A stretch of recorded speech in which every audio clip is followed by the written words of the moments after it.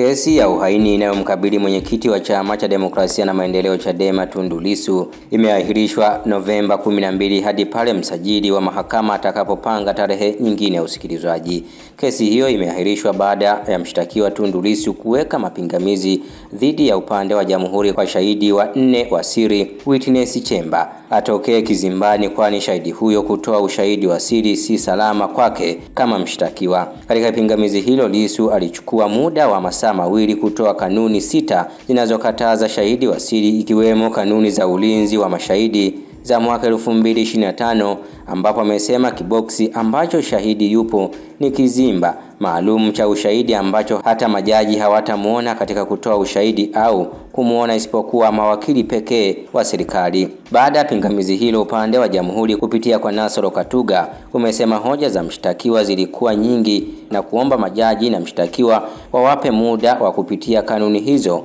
ombi ambalo lilikubaliwa na mshtakiwa Tundu Lissu na majaji. Katika hatua nyingine, makamu mwenyekiti wa chama hicho bara John Heche ametaka uchunguzi ufanyike na vyombo vya kimataifa kuhusu kilichotokea nchini Tanzania Oktoba 29 mwaka huu, siku ya uchaguzi mkuu, na sio vyombo kutoka ndani ya nchi kwa kuwa ndivyo vinatuhumiwa. Heche ameyasema hayo kwenye viunga vya Mahakama Kuu masjala ndogo ya Dar es Salaam mara baada ya kuahirishwa kwa shauri la uhaini linalomkabili mwenyekiti wa chama hicho.